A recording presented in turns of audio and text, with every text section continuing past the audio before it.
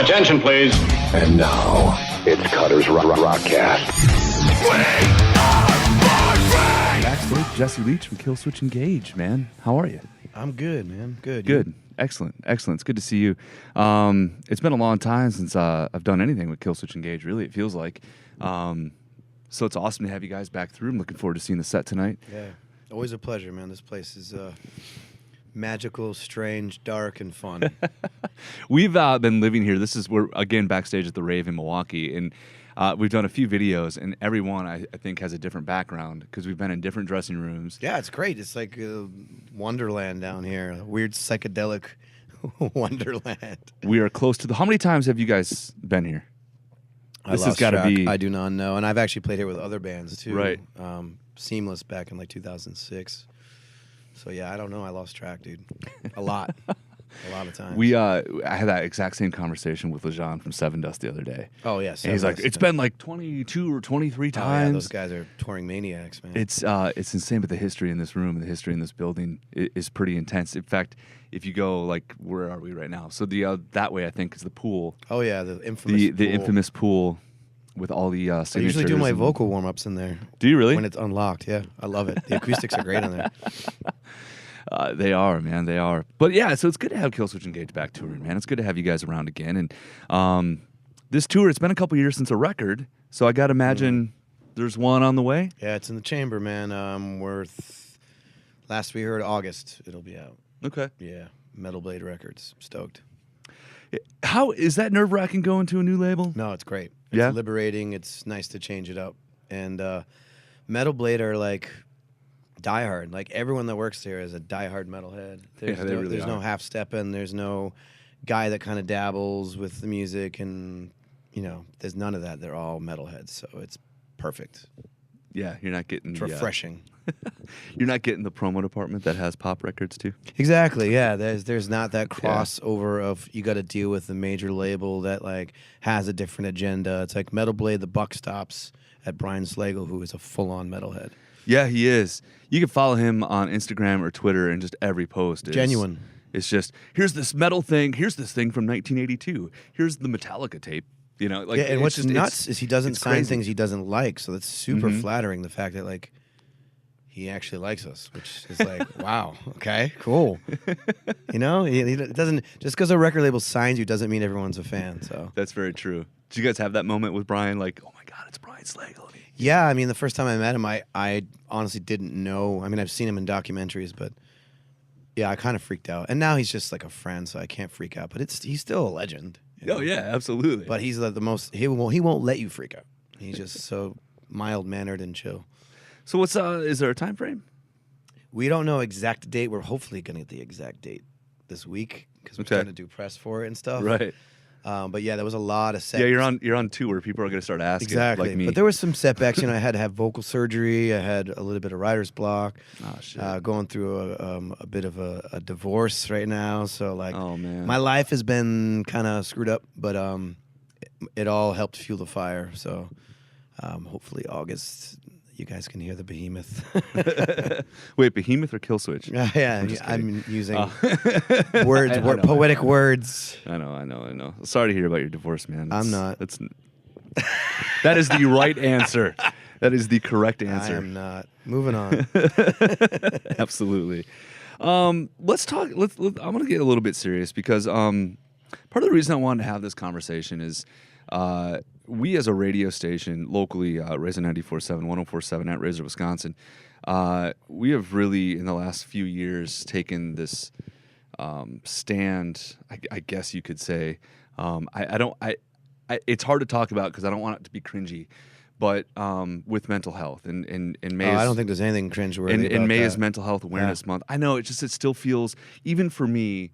And we do all these things. We have all these conversations. We have open Ask Me Anythings. And we have, talking about our own stories. Talking, last year we had a great conversation with the guys in Beartooth about it. This year it's talking to you and various other bands and other people in the community. It's still hard to talk about. But you, yourself, Jesse, it seems like you've really kind of taken the ball and ran with it. Yeah, I feel like it's kind of a responsibility, but it's something I deal with on a regular basis, and personally, from talking about it, has helped me so much. So I feel like that's the least I can do is keep that conversation going, even if it's exhausting at times, even if it's, hard to do, because there are days out here when the last thing in the world I want to do is talk to somebody. I want to stay in my bunk and just sleep away the day. Everybody who deals with, certain mental illnesses knows what that's like. But to me, that just is fuel to my fire. I think my life was saved by being able to talk about this kind of stuff. So I feel like if anything I do could help anyone in that way, whether, it's just letting people know that they're not alone in this, why would I not do that? It's something that's near and dear to my heart. So it's become sort of a passion of sorts, something I feel like I have to do.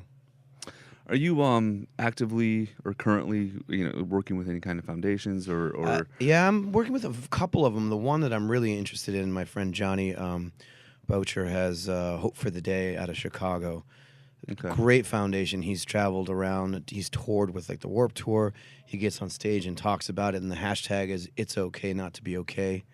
And also U Rock Foundation. So we are also working with the U Rock Foundation. Oh, right on. Yeah. Joe. Great dude. Great guy. Yeah. So I kind of whenever I'm asked, I do it. I haven't really taken the plunge of connecting with somebody, but I never turn it down. Yeah. Last year when we started, I think it's the first time we really worked with the U Rock Foundation. Maybe it was the year before. It was with the Million Mohawk Challenge. Oh yeah, right on. Yeah. That they were doing, and I know it was always tough for me. Yeah, right. I think as soon as we started talking about it, it was Jesse Leach from Killswitch. Jesse Leach from Killswitch. Yeah. I'm like, yeah, and here's your videos and Instagram posts, and it's obviously, kind of being all in. I'm not even sure where I want this conversation to go with that.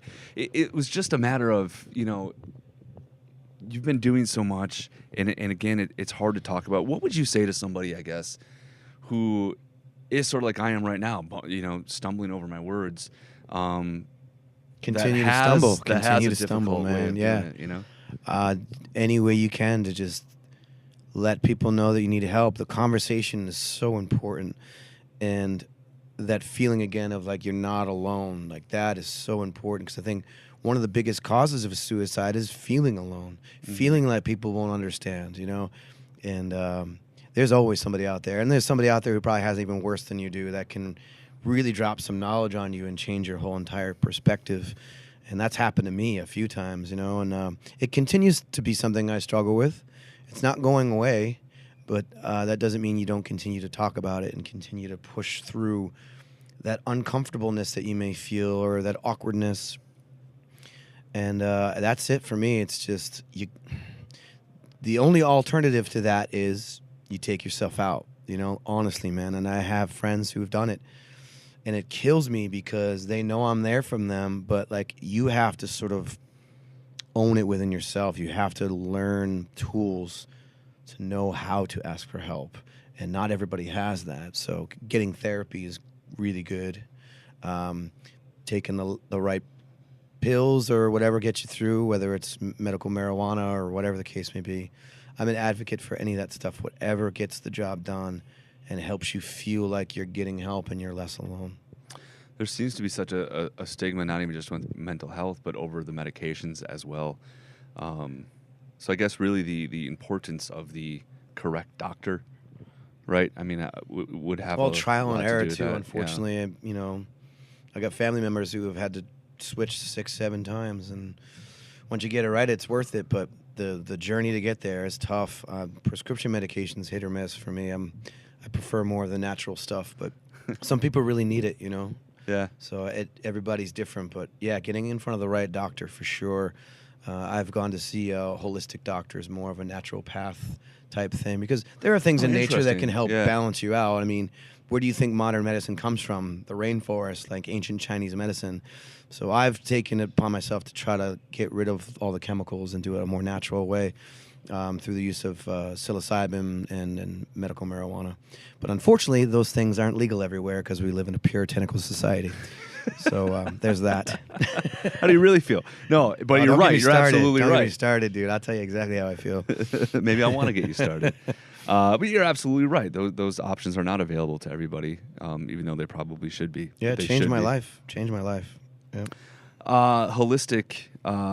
Speak on that a little bit for those who don't know what that is. Yeah, holistic is basically like instead of just throwing a medication at a problem, you get to the root of the problem. Like, why is this happening? Why are you getting sick? Why do you have this disorder in your brain? So you go back to find what your trigger points are and how do you deal with those trigger points. And a lot of that is therapy. A lot of that is talking. Sometimes people have suppressed memories. It comes from a really dark, deep place, and you need to be unafraid to go there because all the symptoms that you carry, everything you carry with you comes from something. And a lot of modern doctors will say, all right, you're manic depressive. Here's a pill. Boom. Take it. Be on your way. Where a holistic doctor will talk to you about meditation, talk to you about therapy, speaking, talk to you about maybe artistic or creativity, helping with your therapy, painting, writing. It's really about exercising and pulling out all the elements to get to the root of what your issue is instead of just throwing a Band-Aid over a gaping wound, like seeing how you can suture it up slowly and help it heal. Interesting. There was a statistic, and I don't remember what website posted it, probably all of them, about how musicians, and those with the creative brain, 73% of musicians or something like that. I don't know if you saw this statistic that 73% of musicians have some sort of mental health disability. Or that's or where creativity comes from. Is the broken brain. And I'm proud of that part of me. I hate it. It drives me nuts. But if it wasn't for that, I wouldn't be who I am. I have a song about it on the new record, actually, about being broken and how it's not a bad thing. I don't think it's a bad thing.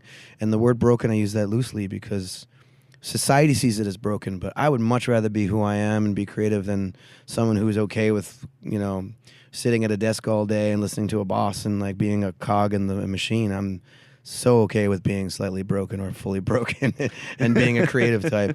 Yeah, that's my muse. My mental illness is my muse sometimes. I'll wake up feeling the weight of the world and I won't know why. And I'll write this song or I'll write this sentence and I'm like, wow, where did that come from? I almost feel like an instrument sometimes with it. So yeah, it's a slippery slope, but it's one I'm proud to walk on. There you go. You Rock Foundation. What was the one in Chicago you said? Hope for the Day. Hope for the Day. Yeah. RazorWisconsin.com/mental health as well. There's a ton of information there. There's conversations like this one. There's obviously resources. All of the stuff that Disturbed is doing, stuff that Sully from Godsmack's doing, Jesse, and so on. So RazorWisconsin.com/mental health. Is there anything else you'd want to say about that with an opportunity to say something? I can't overstate this enough. Anyone listening out there, you are not alone. Don't think you are. Your situation may be unique to you, but there are people who are willing to listen, who are willing to try to understand, and people who probably do understand. And I think that that's the most important thing. If I could leave anyone with that, is just speak up and know that you're not alone. And get lost in a fucking record. Hell yeah, man. Music is great therapy. Creating music, listening to music, I mean, I have a soundtrack to whatever. If I have a weird mood swing, I have a playlist. I legitimately have ammunition music ready to go. If I wake up in a screwed up mood, I have it. I know how to do it. That's a huge part of it, too. I agree. Absolutely. Jesse Leach, thank you so much. Killswitch Engage. This tour goes until... 2 more days. Is that it? Yeah. Is it just the festival and that's it? Yeah, man. All right. Going home. There you go. Finish that record. Oh, it's done. I got another record to work on. Times of Grace. There you go. Yeah. Hey, P.S. Those 2 Seamless records, I loved. Oh, thanks, loved man. Those You're 2 the guy that Seamless bought records. that record, huh? I did. I bought both of them with my money, not even promo copies. Back in the day, I had one of those man. too, but all right, hell yeah. Thank you, Jesse. Thank you, Appreciate brother. Cutter's Rockcast. Don't forget to tune in. Exactly.